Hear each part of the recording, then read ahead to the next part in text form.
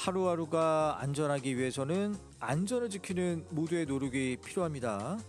우리가 무심코 지나치는 일상 속 공간은 과연 안전할까요? 오늘은 우리 주변 시설물 안전에 대해 얘기 나눠보는 시간 가져보겠습니다. 박구병 SQ 엔지니어링 부회장 자리했습니다. 부회장님 안녕하십니까? 네, 안녕하세요. 네. 오늘 주제만 들으면 또 이게 불안불안해져요. 이게 네. 저희가 안전한 경기 제가 기획 시리즈로 마련하고 있는데 그래 오늘 오늘 주제는 뭐 시설물 안전 요걸로 보면 될까요? 네, 예. 그렇죠. 그러면 대표적으로 우리 주변에 어떤 시설물이 아닌 것이 또 없는 거 다 시설물이잖아요. 그렇죠. 예. 어떻게 좀 어떤 것들이 있을까요? 예. 지금 방금 말씀하신 대로 눈에 보이는 것 중에서 움직이는 것 빼놓고는 모든 것을 시설물이라고 해도 과언이 아니겠죠. 그러네요. 예. 예. 건축물로 말씀을 드릴 것 같으면은 지금 방송을 하고 있는 이러한 빌딩도 있을 수가 있겠고요.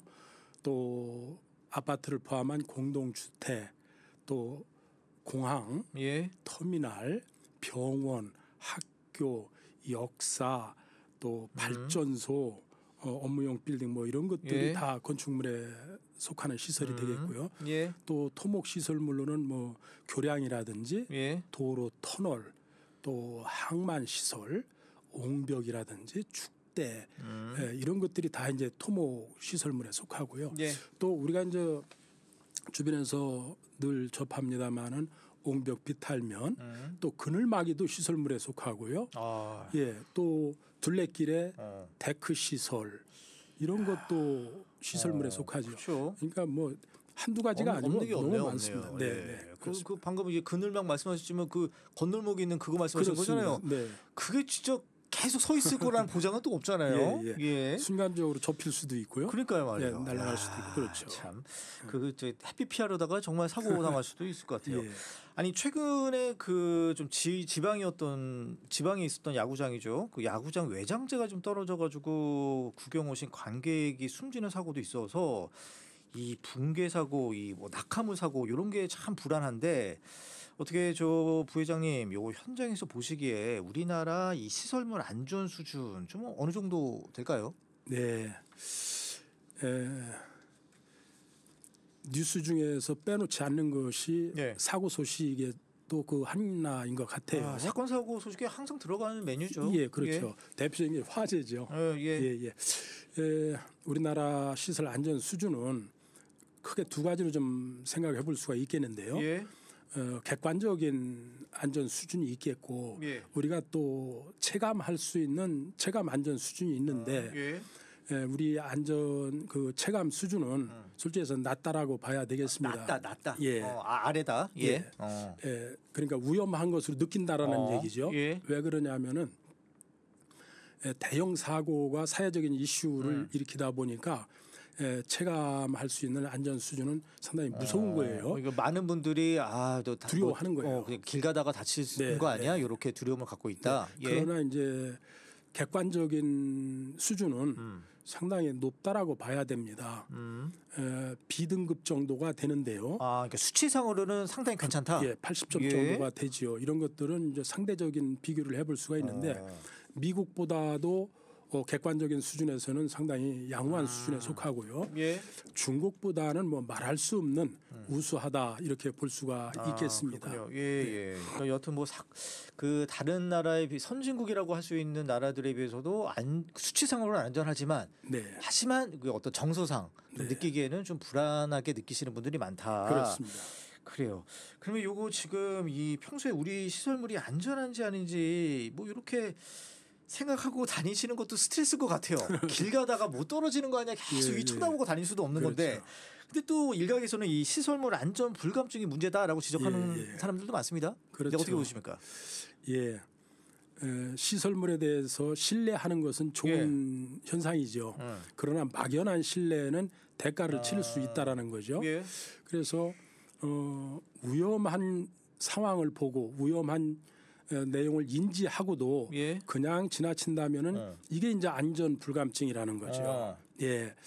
근데 저는 이제 이 안전 불감증을 용어를 좀 바꿨으면 하는 바람이 있습니다. 어떻게 바꾸면 좋을까요? 위험불감증으로 바꾸는 것이 위험불감증. 오히려 위험에 대한 인지도를 높이는 그것은 안전불감증보다는 위험불감증이 더 다가오지 않나. 근데 용어가 잘 쉽게 안 바뀌네요. 워낙 관습화가 돼가지고. 네. 그러니까 위험하다는 거는 어떤 본인들이 주체가 됐을 때 어떤 느끼는 감정이잖아요. 그렇죠. 그러니까 어떤 것에 대해서 불안하다, 위험하다라고 하니까 위험불감증. 그게 더 맞는 말 같네요, 진짜. 네. 그래요. 이런 것도 좀 캠페인을 통해서 한번 저희들이 한번 노력을 한번 해보도록 하겠습니다. 네, 좀 필요할 것 같습니다. 네. 이 또 이제 사고하면은 예고 없이 오잖아요. 그렇죠. 언제 몇 날 몇 시에 사고 당할 것이다. 뭐 전 보는 것도 아니고. 그러면 이렇게 좀 사고에서 자주 발생하는 유형이 있을 것 같은데 뭐가 있을까요? 뭐 요즘 뭐 워낙 사건 사고에 많이 나와서 뭐 순위를 가리기도 힘들 것 같아요. 그렇습니다. 아까도 말씀드렸습니다만은 가장 치명적이고 발생 빈도가 높은 것이 화재가 아닌가. 화재. 또 어제 또 보셨잖아요. 그 또 지하철 그 최근에 있었던 사고의 그 영상. 정말 끔찍하던데. 그렇죠. 그게 가장 화재가 제일 심하다. 사람 있는 곳에 불이 꼭 따라다니다 보니까 화재가 있을 수가 있고요. 치명적이죠. 그런가 하면은 이제 내일 모레 글패가 삼풍백화점 붕괴된 지 이제 30주기가 되는 그래요? 날인데 그런 이제 다중이용시설 어떤 붕괴라든지 교량의 붕괴 이런 것들은 치명적이죠. 그런가 하면은 산사태 이것도 치명적인 안전사고고요. 또 지금 이제 장마철이니까 더 그렇습니다. 지금 예의 주셔야 되지 않습니까? 네. 또 그런가 하면은 그 간판이라든지 이런 것들이 낙하를 했을 때 아까 말씀하셨잖아요. 그런 것들에 그 맞아가지고 중대 사상자가 발생하는 이러한 사례들이 이제 있겠고 또 최근에 문제가 됐던 땅꺼짐 사고. 어떻게 예방하냐고요, 저희가. 이런 것들은 이제 연구 대상이고요. 또 범람, 그 홍수 해안가에 계신 분들에게 해일이라든지 이런 것들이 이제 치명적인 안전사고, 큰 사고라고 말씀드릴 수가 있죠. 이제 그 방금 말씀해 주셨듯이 이제 낙하물 사고 관련해 가지고 저희 좀 궁금한데. 아니 이게 뭐 앞서 말씀드렸듯이 뭐 이게 위에서 떨어지는지 항상 위를 쳐다보고 다닐 수도 없는 거고. 그렇죠. 이게 참 이게 예방하려면 어떻게 해야 되냐라는 게 참 우문인 것 같아요. 어떻게 방법이 있습니까? 그 벽에 붙어 있는 것들은 붙이기도 힘들잖아요. 그러다 보니까 본구줌을 만들 때보다는 좀 정성이 덜 들어간다라고 그래야 되죠. 품질 관리가 좀 미흡하다. 그게 이제 현실적인 문제죠.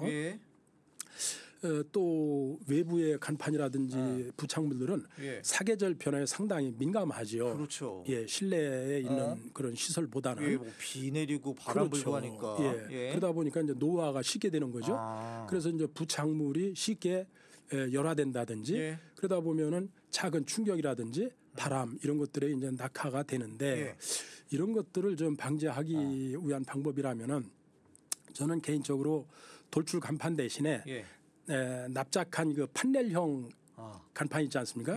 벽에 붙이는 거 돌출되는 거 말고 그런 것을 좀 표준화해서 붙이면서 그 부착 안전도에 대해서 전문가가 검사를 하면 최소한의 낙하는 예방하지 않을까 이런 좀 생각을 갖습니다. 근데 부회장님 판넬형 간판도 여튼 붙이니까 그것도 튀어나와 있을 거 아니에요?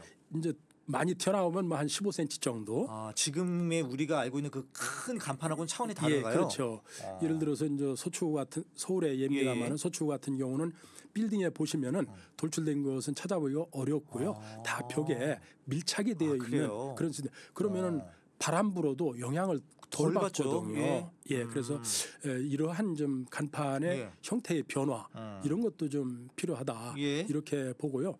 가장 중요한 것은 어떻게 됐든 간에 점검을 좀 철저히 하면은 낙하 직전이라도 발견을 하지 않을까 그러한 아쉬운 점이 있죠. 그럼 요 점검의 주체는 빌딩 주가 돼야 될까요? 아니면 뭐 지자체가 돼야 될까요? 자기 소유는 자기가 관리를 해야 되다 보니까 빌딩 소유주라든지 책임 있는 관리 주체가 점검을 해야죠. 아니 뭐 행인 입장에서도 예방 방법이 있을까요? 벽에 붙어 다니면 건물 쪽을 좀 떨어져 다녀야 되나요? 지난번에도 말씀을 드렸습니다만은 지진이 났을 때 네. 낙하물에 의한 사고가 제일 치명적이거든요. 예. 우리나라 같은 경우는 그게 현실적인 문제이기 때문에 그래서 건물에서 좀 떨어진다든지 예. 그런데 그런 것들이 생활화되기에는 예, 안전의식이 정말로 높아져야죠. 그렇죠. 예. 그래요. 그럼 이제 본격적으로 이제 시설물 안전 관리에 대해서 좀 얘기를 해봐야 될 텐데, 네.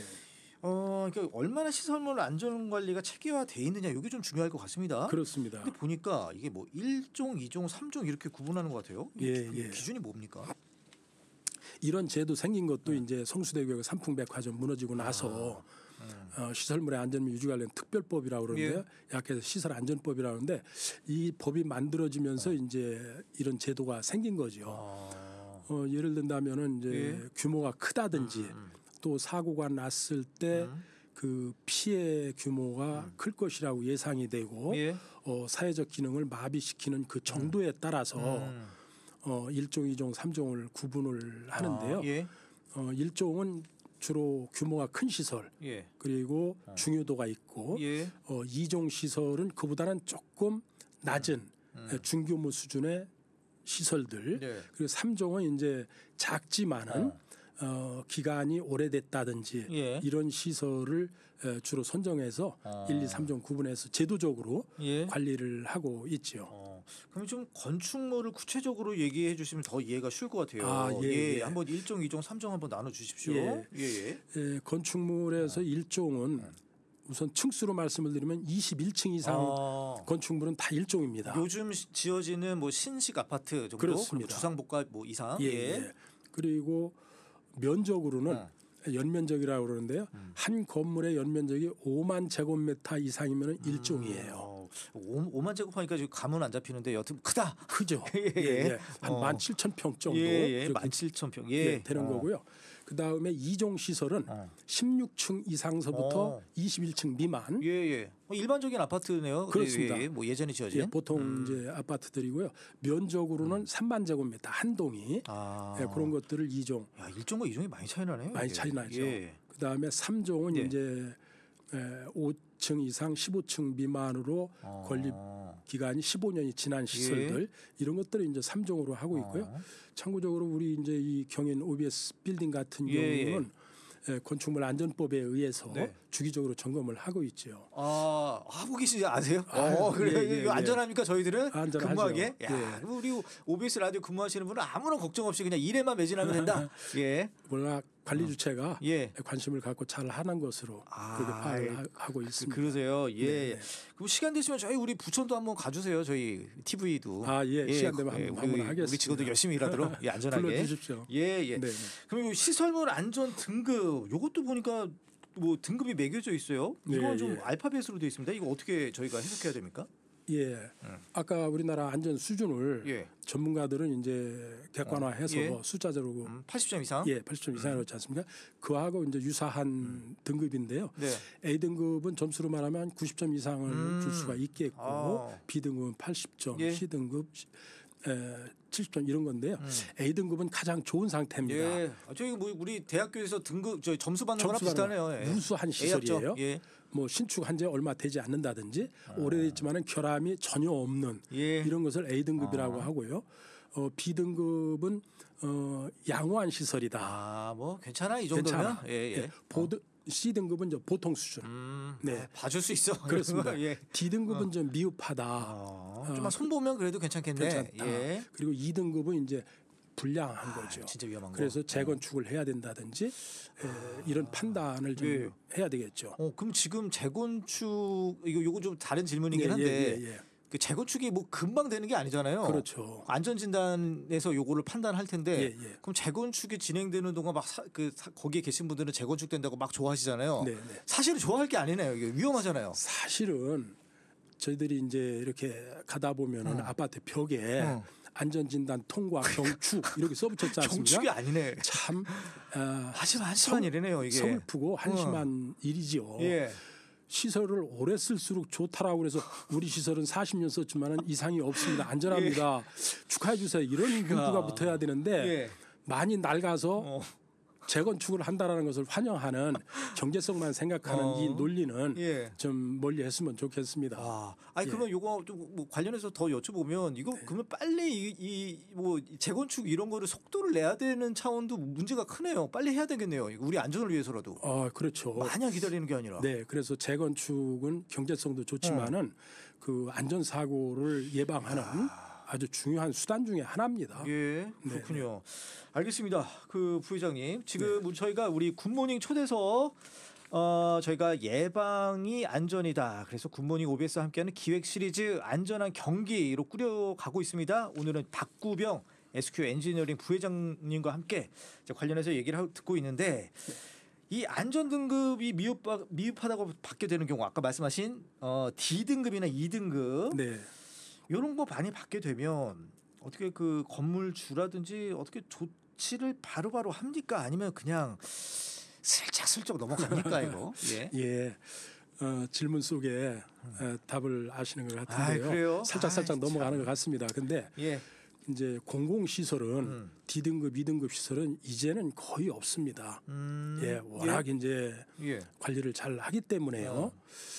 그러나 민간 시설은 아직도 D등급, E등급이 있는 게 사실입니다. 근데 왜 그러냐면은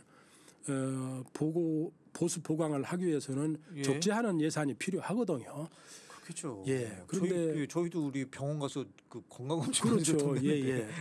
어떤 수준의 점검 검진을 받느냐에 따라서 수가가 달라지듯이 건물도 마찬가지죠. 시설도. 그러다 보니까 D등급, E등급들은 그러한 비용을 염출하기 이 모으기가 어렵다라는 왜냐하면은 D등급 시설에 거주하시는 분이나 소유주분들은 솔직히 영세하시지 않습니까? 그러다 보니까 이제 보수 보강의 예산 마련이 어렵다 보니까 아직도 D등급이 많이 그대로 남아 있다. 그래요. 그러니까 예를 들면 뭐라 그러죠? 그 장기 뭐라 그러죠? 장기 장기선 충당금, 장기 수선 충당금 이런 걸로 하지 않나요? 아파트 같은 경우는? 이제 공동주택에서 규모가 큰 시설들은 장기선 충당금 제도가 있지요. 그래서 이제 관리비에 매월 수선 충당금이 뭐 제곱미터당 얼마 이렇게 부과돼서 나와서 필요할 때 입주자 대표회의에서 그 돈을 집행하면은 그리고 양호하게 관리를 할 수 있는 거예요. 그런데 거기 그나마 안 돼. 빌라라든지 연립주택 세대수가 적은 곳에서는 이런 제도가 아직 제도화가 안 됐습니다. 그래서 이런 것들을 좀 제도화해서 낡기 전에 수선 충당금을 마련했다가 필요할 때 쓴다면은 내구 수명도 길고 사용성도 쾌적하게 유지할 수 있는 좋은 방법입니다. 그런 것들이 제도화가 좀 됐으면 좋을 것 같아요. 그래요. 근데 이제 뭐 미흡한 상태인 D등급이나 가장 불량 상태인 E등급이 그러면은 사고가 안 나야겠지만 그래도 사고 나면 그래 뭐 이게 인정이라도 되는데 양호 판정을 받은 거. 그러니까 지난번에 아까 제가 처음에 말씀드렸던 그 모 지역에 있는 야구장 같은 경우는 신식 야구장 아니에요. 그렇죠. 메이저리그급 야구장이라고 최근에 지어진 건데 맞습니다. 이렇게 사고가 난 거예요. 그 이유는 뭐예요? 참 부끄러운 일이죠. 여러 가지 원인이 있고 복합적으로 이제 그런 사고가 발생을 하는데요. 몇 가지를 좀 말씀을 드리면 첫째는 저가 수주입니다. 지을 때부터? 지을 때는 뭐 좀 문제가 덜 됩니다만 왜 D등급을 좋은 B등급이나 A등급을 받았는데도 불구하고 그런 갑작스러운 사고가 나느냐. 이것은 점검을 좀 철저히 한다면은 되겠다. 근데 점검을 왜 이렇게 부실하게 하느냐. 그 원인이 이제 복합적인데 저가 수주의 원인이 있다고도 보여져요. 대충 하는군요. 그냥. 미치고 장사할 수 없지 않습니까? 그러다 보니까 제도적으로 적정한 대가를 줄 수 있는 기준 대가를 좀 정비를 했으면 좋겠다. 두 번째는 점검 기술자의 양심도 양심이지만은 기본적인 역량이 좀 있어야 될 것 같아요. 전문가적인 어떤 능력이 중요하다. 왜 그러냐면은 이 의사 선생님도 인턴이 있고 레지던트가 있고 전미가 있듯이 우리 시설물 점검 제도에도 기술자의 등급이 있어요. 그런데 이 의사는 한 분의 생명을 책임을 지지만은 빌딩을 점검하는 이 점검자들은 한 건물에 수십 명, 수백 명, 수천 명이 의 생명과 재산을 책임지고 있지 않습니까? 그렇기 때문에 시설물 점검하는 분들의 그 점검 역량이라는 것은 설계 경력, 또 시공 경력, 유지 관리 경력 두루두루 섭렵하신 분들이 점검을 해야 안전성 평가를 제대로, 상태 평가를 제대로 할 수 있다. 그래서 좀 점검에 참여하는 기술자분들의 수준이 지금보다는 좀 높아져야 되지 않겠나 그런 생각이고요. 또 하나 좀 첨언해서 말씀드리면은 지난번에 말씀을 드렸는데 땅꺼짐을 왜 못 찾아내느냐 그 질문을 하셨잖아요. 제가 그때 화끈거렸는데요. 탐사 능력이 지하 2m밖에 안 된다라는 거예요. 아, 우리나라에 있는 업체의 기술력이 지금 뭐 일본도 그렇고 대부분이 그래요. 그러면 이거를 10m까지 탐사할 수 있는 장비가 개발이 된다면은 부실 진단 점검 예방할 수가 있겠지요. 그런가 하면은 바닷가에 보면은 이제 물속에 들어가서 있는 구조물도 많이 있지 않습니까? 이런 것은 어떠한 수중 그 음파를 이용해서 조사를 해야 되는데 그것도 현실적으로 한계가 있습니다. 또 아까 말씀드린 낙하물 사고를 예방하기 위해서는 높은 부분은 드론이라든지 접근 가능한 장비가 개발이 돼야 되는데 이런 것 조사 장비에 물리적인 한계가 있다라는 거예요. 또 부실 점검 중에 원인 하나가 아파트 같은 경우 기자님 24시간 사용을 하고 있잖아요. 아파트. 근데 들어가서 조사하기가 좀 어렵지요. 아, 그 집안으로 직접 들어가서 해야 되는데 24시간 사용을 하고 계시거든요. 그런가 하면 또 아파트 같은 경우는 벽지로 다 도배가 돼 있잖아요. 이거 뜯어낼 수가 없잖아요. 이러한 한계가 있다라는 거죠. 그러다 보니까 이제 샘플링이라고 그래서 샘플을 가지고 하는데 조사가 못 미친 곳에서 사고가 나면 이제 시민들은 걱정이 많으신 거죠. 이러한 몇 가지 원인에 의해서 좀 그러나 개선은 돼야 되겠습니다. 아니 그러면 이렇게 부실 점검을 하고 있는 업체들을 좀 이렇게 혼내줄 수 있는 좀 법이 없습니까? 있죠. 뭐 있어요? 이미 뭐 제도는 잘 마련이 되어 있죠. 우리가 이제 빌딩에 대해서 점검을 한다든지 진단을 하게 되면 보고서를 제출하지 않습니까? 그러면 이게 정부 기관에도 들어갑니다. 그러면 그분들께서 이 점검 진단이 제대로 됐는지 보고서 평가를 하게 됩니다. 그러면 보고서가 잘 못됐다 그러면 당연히 벌을 받아야 되겠죠. 그런데 이 보고서 평가 제도에도 한계가 있다라는 거예요. 왜 그러냐면 보고서가 한두 개가 아니지 않습니까? 그렇죠. 뭐 하루에도 뭐 수십 건 수백 건이 접수가 되는데 그런 것들을 한정된 인력으로 평가를 해서 개선을 하는 것이 좀 한계가 있고요. 또 입찰 제도를 가격 중심에서 기술 경쟁 중심으로 지금도 물론 이제 기술을 중시는 하고 있습니다만 그 점검에 필요한 본래의 기술과 경험을 좀 중시하는 제도로 입찰 제도가 좀 바뀌어야 되지 않나 그런 생각을 갖고 있습니다. 그러면 좀 부실 점검이라는 진단이 좀 개선되지 않을까 그런 생각을 갖고 있습니다. 아니 부회장님, 요건 정말 중요한 질문일 것 같아요. 이 아무래도 부회장님께서는 전문가시기 때문에 요거 아실 것 같은데 이거를 딱 봤을 때 어떤 그 위험을 직감할 수 있는 어떤 징후들, 요거들을 저희들이 알면은 좀 대피하기도 좀 쉬울 것 같고 신고도 할 수 있을 것 같아요. 뭐가 있어요? 낌새 차리면은 방어하지 않습니까? 그렇죠. 뭐가 있을까요? 바로 그 사전 징조인데요. 예를 들어서 벽체가 배가 불러진다든지. 아, 이게 붕 뜨는 거? 그거 많이 보이는데? 그렇죠. 그러면 뭐 위험한 거죠. 아, 정말이요? 그다음에 벽체가 벽지를 잘못 칠한 게 아니라? 벽지는 거의 수평을 유지해요. 아래에 붙어 있기 때문에. 또 주차장 바닥이 갑자기 처져가지고 위에 물이 고인다든지 이것은 좀 슬래브가 이렇게 처졌다라는 징조잖아요. 많이 봤는데. 많이 보셨죠. 이게 이제 위험한 징조 중에 하나고 또 건물에서 갑자기 뚝뚝 소리가 난다든지 새지 않던 빗물이 샌다든지 이것은 뭔가 결함이 있는 거거든요. 그래요? 또 비근한 게 이제 우리 지하 주차장 들어가게 되면 기둥이 있고 보가 있고 슬래브가 있지 않습니까? 그런데 기둥의 상단 부분에서 경사균열이 가끔 보일 때가 있어요. 그 금이 보여요? 금인데 수평균열이 아니고 여기 경사 45도 각도로 이런 것들은 좀 사선으로 사선으로 보여서 45도 균열은 정말로 위험한 징조입니다. 이거는 빨리 신고를 하셔야 돼요. 그리고 또 계단에서 그 높이가 달라가지고 예. 우리 깜짝 놀라는 경우 있죠. 그죠. 네. 예. 이거 빨리 알겠습니다. 고쳐야 됩니다. 예. 네. 지금 얘기하다 보니까 지금 시간이 다 갔는데 네. 부회장님 끝으로 우리 안전한 생활하기 위해서 이것만은 좀 꼭 지켜라. 이거 좀 간단하게만 좀 정리 좀 해주세요. 예, 지금도 말씀을 드렸습니다마는 안전 사고는 사전 징조가 있거든요. 예. 그렇기 때문에 안전 관리는 사후 관리가 아니고 예. 사전 예방이다. 이 말씀을 좀 드리고 싶고 예. 기억하셔서 이번 여름 안전하게 좀 났으면 좋겠어요. 알겠습니다. 네. 여튼 예방이 중요하다. 그렇습니다. 예. 네, 지금까지 박구병 SQ 엔지니어링 부회장이었습니다. 예, 고맙습니다. 네, 감사합니다.